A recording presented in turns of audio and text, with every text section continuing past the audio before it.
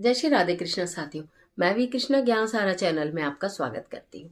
आज बात कर लेते हैं एक खास अद्भुत दिन की, यानी कि सोमवार, प्रदोष और मासिक शिवरात्रि तीनों का महासंयोग 27 जनवरी दिन सोमवार को प्राप्त हो रहा है। इतना अद्भुत दिन है कि मैं बता भी नहीं पा रही आपको कि सहस्त्रों वर्षों बाद हमें ऐसा दिन प्राप्त होता है।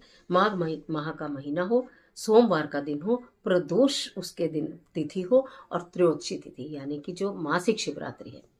क्या बोला जाए आपको, इतना अद्भुत दिन में, इतने अद्भुत दिन में मात्र 3 चावल के दाने से सदा शिव आपके जीवन के सारे संकटों का अंत करेंगे, सारे कष्टों का अंत करेंगे। कैसे, यही जानकारी लेकर आज के वीडियो में आपके बीच में। कहा जाता है कि प्रदोष का जो दिन होता है भगवान शिव को अत्यंत प्रिय हो जाता है।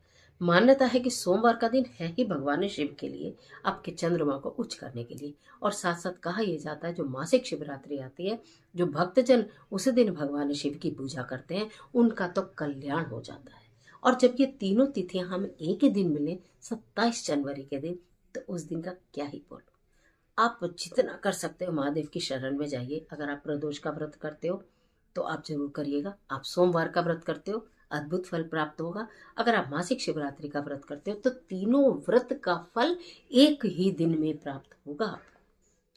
तीनों व्रत का फल, आप मन में ये संशय मत रखिएगा कि मेरा सोमवार का व्रत है तो उसमें तो मैं खाना खा लेती हूँ। यहाँ मैं भी चीज आपके क्लियर कर दूँ कि यदि आप सोमवार का व्रत करते हैं तो उसमें हो सकता है आप चूरमा या भोजन खाते हो। आप प्रदोष का व्रत करते हैं तो उसमें आप फलाहार खाते हो। आप शिवरात्रि का व्रत करते हैं तो उसमें आप फलाहार खाते हो। ऐसे में हमें 3 व्रत का फल कैसे मिलेगा? निश्चित मिलेगा, 3 व्रत का फल मिलेगा, क्योंकि आप फलाहार ग्रहण करिए, आपको तीनों व्रत का फल मिलेगा। ये बात यहाँ पर क्लियर होगी, क्योंकि इतना बड़ा दिन है। आपको क्या करना है, प्रदोष काल की में की गई पूजा सर्वश्रेष्ठ फल प्रदान करती है। रंग महल में इस सब दिन, प्रदोष के दिन, भगवान शिव माता पार्वती के साथ प्रसन्न मुद्रा में होते हैं। प्रसन्न, अत्यंत प्रसन्न मुद्रा में होते हैं। कहते हैं जो चाहो वो पालो।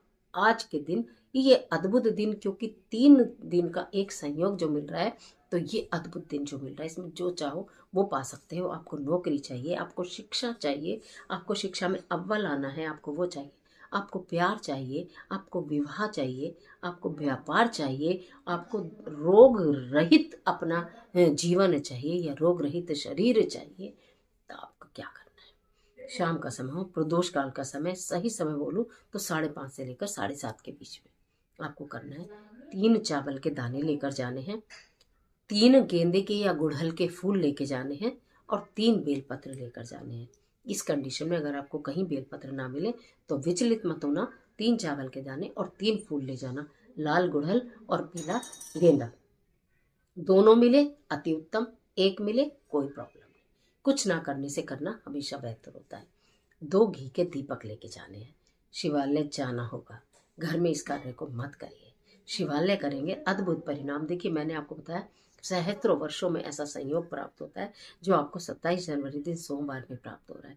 तो भगवान की शरण में दुनिया जाती है। भगवान की शरण में जाइए, उनके चरणों में जाइए, उनके दर पर जाइए, उनकी चौखट पर मस्तक झुकाइए और फिर उनको मनाइए। ऐसा हो नहीं सकता कि आपके कार्य पूर्ण ना हो, जो आप चाहते हो वो आपको प्राप्त ना हो।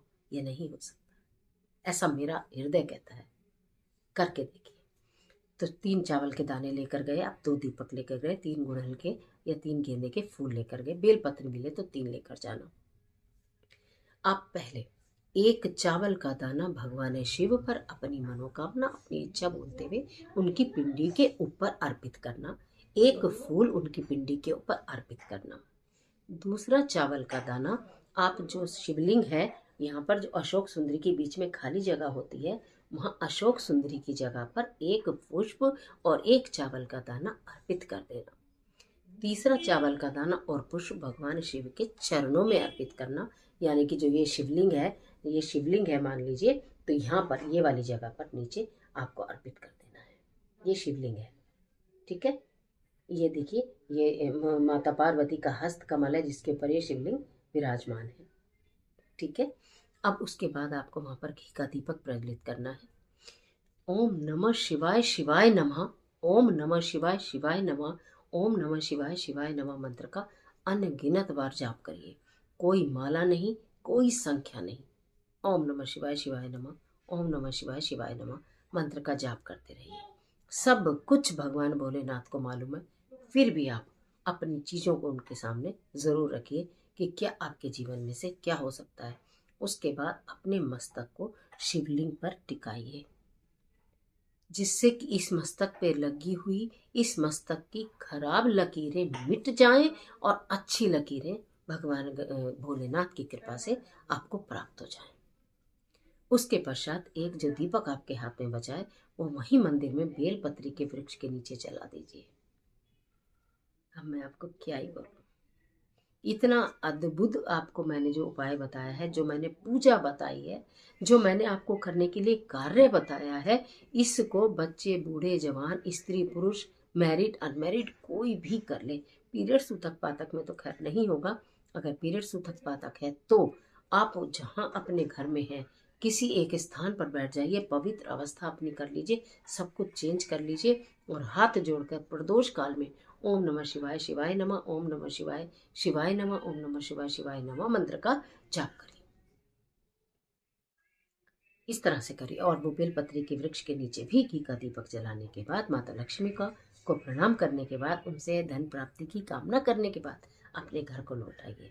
तो 3 दिनों के इस अद्भुत संयोग को 27 जनवरी को मैंने आपको जो उपाय बताया है, जो मैंने कार्य बताया, उस प्रकार पूजा अवश्य कर लेना। आप अपनी रूटीन की पूजा जैसे करते हो वैसे करना, लेकिन इस प्रकार से एक बार इस कार्य को करके देखिए, जीवन की विपदाएं समाप्त ना हो जाए तो आप